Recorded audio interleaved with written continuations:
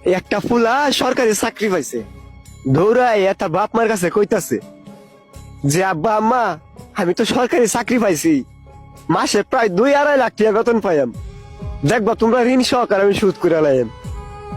এই কথাটা কইতেই বাবা মা একে অপর তাকাইয়া একটু মুস্কি হাসি দিল। তখন ফুলাই কইতাছে কিতা, কি গো তোমরা হাসলা কেন? না বাবা এমনিতে হাসি। আচ্ছা তুই যেহেতু আমাদের ঋণ সুদি করতে চাইতেছস, আজকে রাইটটা যদি তুই আমরা সাথে থাকতে পারস তাহলে তোর ঋণ সুদ হয়ে যাবো। পরে ফুলাই কইতাছে কি, কই এইটা কোনো ব্যাপার হইলো?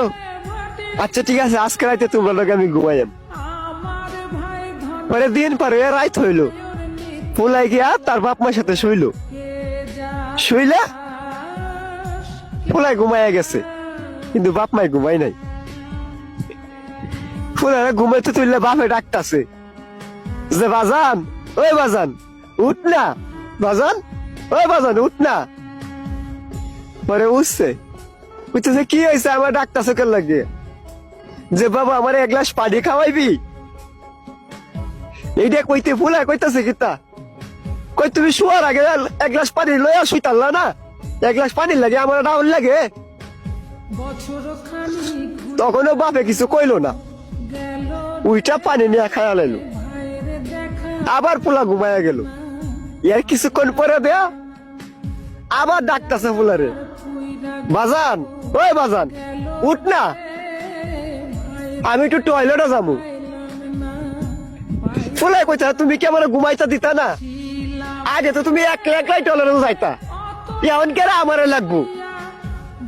আবারও বাবাই কিছু কইলো না, ফুলাই গিয়ে ঘুমাইয়া গেল। বাপে টয়লেট থেকে ঠিক চলে এলো।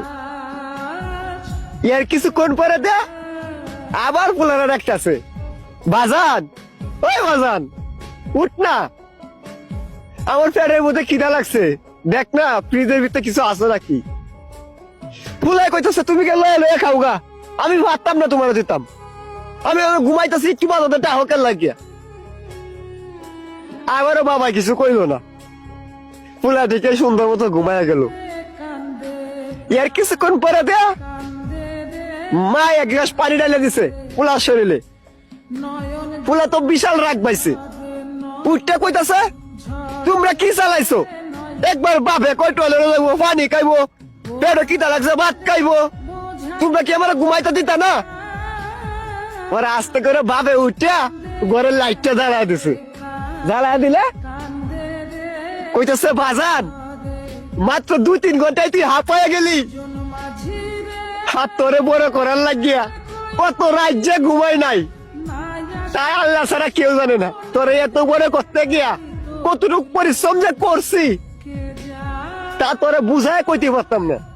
মাত্র 2-3 ঘন্টায় তুই হাঁপাইয়া গেছস। তুই ছোটবেলা তোর মায়ের কুলে মুইতে দিতি, এই মাঘ মাসের শীতটার মধ্যে তোর মা ভিজা জায়গা থাকছে আর তোর শুকনা জায়গার মধ্যে রাখছে। এই অর্ধেক খাইতে বেলা তোর পেটের মধ্যে ক্ষুধা লাগতো, কিন্তু তুই খাইতে চাইতি না। তোরে উড়ানো হাততাম নিয়া বারিন্দার হাততাম, হাঁটতে হাঁটতে ধরে খাওয়াইতাম। এই বছরের আজানটা যখন পরে তখন সেরা কম ভাবে ঘুমিয়ে ধরে, সেই টাইমে তুই কি করতি, পায়খানা করে দিতি। এই পায়খানা পরিষ্কার করে আবার তোরে লইয়া শুইতাম। একটা রাইতের মধ্যে কম করে হলো তুই 10 বার ঘুম থেকে উঠতি। তারপরেও একদিন বাবা তোর প্রতি বিরক্ত হই নাই, আর আজকে মাত্র 2-3 ঘন্টায় তুই হাঁপাইয়া গেলি। তখন আর ফুলার বুঝতে বাকি থাকে নাই। তখন সন্তানে বাবা মারে জড়ায় ধরে কান্না করতেছে আর বলতেছে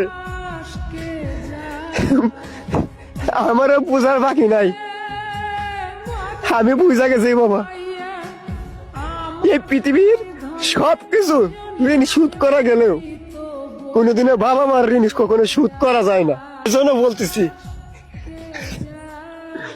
যাদের বাবা মা এই দুনিয়াতে বাইসা আছে কোনোদিনও ভাই বাবা মার মনে কষ্ট দিও না। তুমি একদিন বুঝতে পারবা একটা সন্তানকে বড় করতে গেলে বাবা মার কতটুকু পরিশ্রম যে করতে হয়। ওই বাবা মার মনে কষ্ট দিলে আল্লাহর আরশ পর্যন্ত কেঁপে যায়। তাই বলতেছি ভাই, কোনোদিনও বাবা মার মনে কষ্ট দিও না। যাদের বাবা মা আছে তারা বাবা মারের মূল্য দেও, না থাকলে বুঝতে পারবা দুনিয়া যে কতটা কঠিন।